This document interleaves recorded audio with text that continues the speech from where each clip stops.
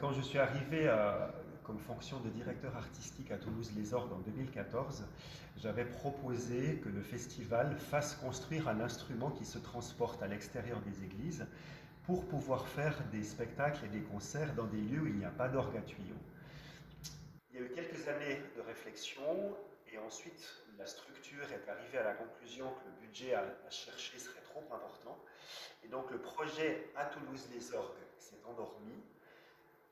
Mais par des hasards de ma vie personnelle, ce projet, je l'ai fait mien. C'est-à-dire qu'en 2019, par le hasard aussi d'une rencontre qui était très importante, celle du facteur d'orgue belge Tony De Clap, on a décidé, lui et moi, de collaborer sur cette construction d'orgue. Donc moi, je suis un peu celui qui dessinait les plans et lui est celui qui construit l'instrument. Et finalement, c'est moi qui ai financé cet orgue, donc cet instrument m'appartient. Je le mets à disposition du Festival Toulouse-les-Orgues pour que justement, et dans le festival, et dans mes projets personnels, nous puissions avoir un grand orgue à tuyaux qui puisse voyager dans une camionnette et se déplacer un peu dans tous les endroits où on aurait besoin d'un instrument.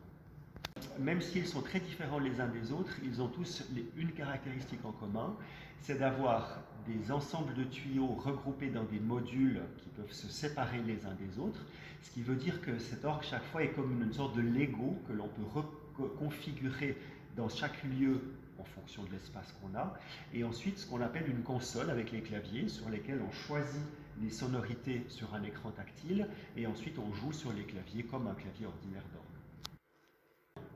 Donc vous avez ici une sorte de palette sonore où vous sélectionnez les différents tuyaux que vous souhaitez activer.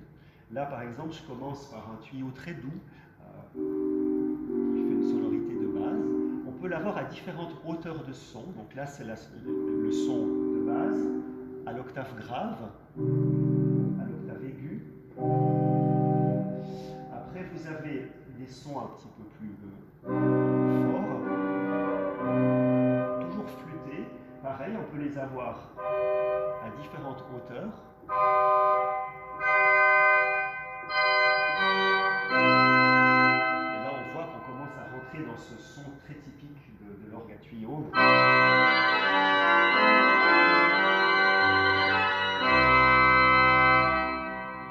Alors, sur cet orgue-là, vous avez déjà entendu deux types de tuyaux différents. En voici un troisième, une flûte qui imite la flûte traversière.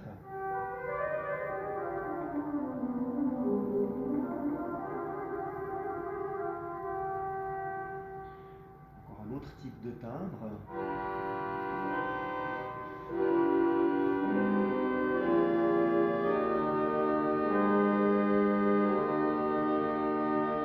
Et là, pour couronner le tout, des sonorités cuivrées, donc qui imitent un peu la trompette.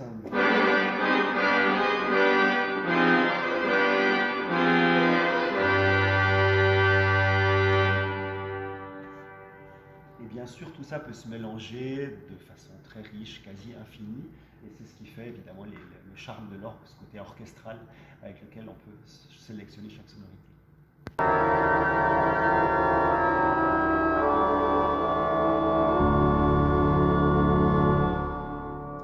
Alors, l'idée de l'orgue mobile, c'est tout simplement un coup de chance, une discussion avec une amie qui travaille au festival de Toulouse-les-Orgues et qui m'a dit, mais on a un orgue mobile au festival, et je dis, mais ça serait tellement fou de le faire venir à Caraman. Et du coup, voilà, le contact a été pris, ça a été fait. L'idée a émergé il y a plusieurs années, ça fait 3 ans que je travaille sur ça, sur ce projet-là, et ça se concrétise cette année, et en plus, ça nous permet à nous, à l'harmonie, aux musiciens, de découvrir un instrument rare et assez unique, et permet de montrer au public que tout est possible en musique, et découvrir aussi aux musiciens la sonorité de l'orgue et le mélange qu'on peut en faire. Et c'est aussi pour nous l'occasion de lancer les 130 ans de l'harmonie qui auront lieu en 2026 avec un premier concert le 19 décembre avec l'orgue mobile, et début juin la soirée des 130 ans avec une belle surprise qui va arriver.